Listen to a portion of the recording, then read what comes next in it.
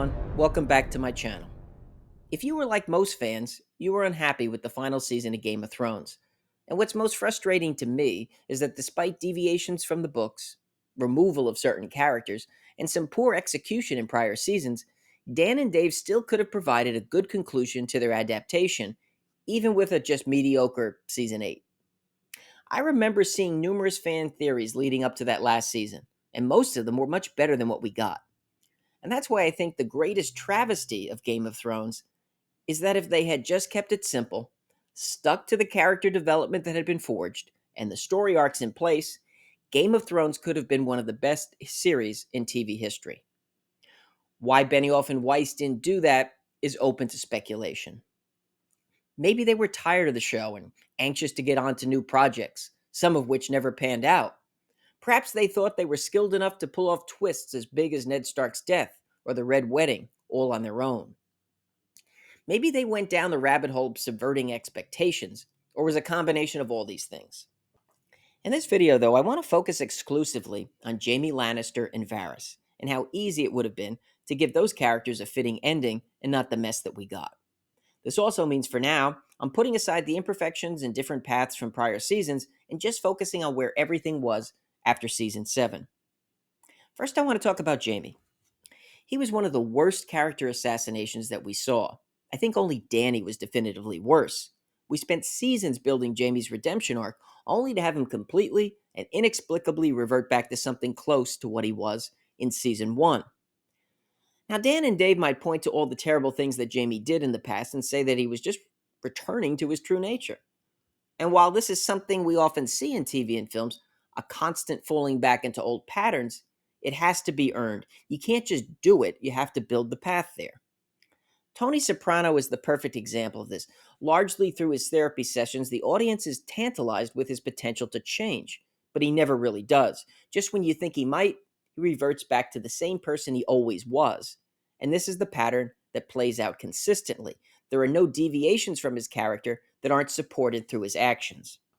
Jaime, though, while seemingly irredeemable, when we first meet him in season 1, proves to be a much more nuanced person.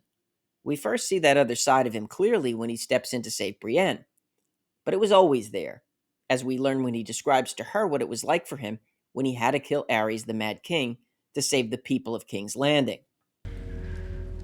Commanded you to kill your own father and stand by while thousands of men, women, and children burned alive. Would you have done it?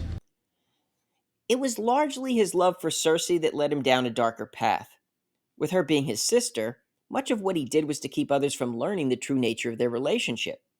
This isn't an excuse for the things he did, but it does place it into context and gives greater significance to his decision in season 7 to leave her and go north to fight the White Walkers. He was finally able to cut the cord between the two. His character completes the redemption arc that we watched slowly develop for years. So it's inexplicable and out of character when the next season, Benioff and Weiss arbitrarily flip it all around. If not for her, then for every one of the million people in that city, innocent or otherwise. To be honest, I never really cared much for them, innocent or otherwise. This just doesn't make sense from what we've seen of Jaime. You can't just throw away years of character development on a whim, or because you want to do something the audience doesn't expect. That's bad writing and poor storytelling. Jaime's arc, I feel, would have been made most complete by him sacrificing himself in the fight against the Night King and saving one of the Starks in the process. It's the best way of bringing his story full circle. That's the path that he was on. And if we'd have a more satisfying and full fight against the Night King, I think that would have been a great point for Jaime to go out. And then in his final moments, he could have been with Brienne. That's also a much richer, satisfying end to their bond than the awkward relationship Dan and Dave forced onto us. Now, I will say this, though. If Jaime had survived that fight at Winterfell, I could see him wanting to possibly save Cersei in some way. I'll give them that. But it wouldn't have been in the way it was presented to us, where he tossed away all of his convictions. So I think the best end for Jaime was a sacrifice. And that certainly also plays into what George has long said about how he sees the story concluding in a bittersweet way. Now on to Varys for a bit. The way he went out was ridiculous, and Conleth Hill, who played him, has openly shown disdain for how poorly his character was written. There's one thing that Benioff and Weiss got right on paper, and that's that I believe Varys might have swayed towards supporting Jon for the throne.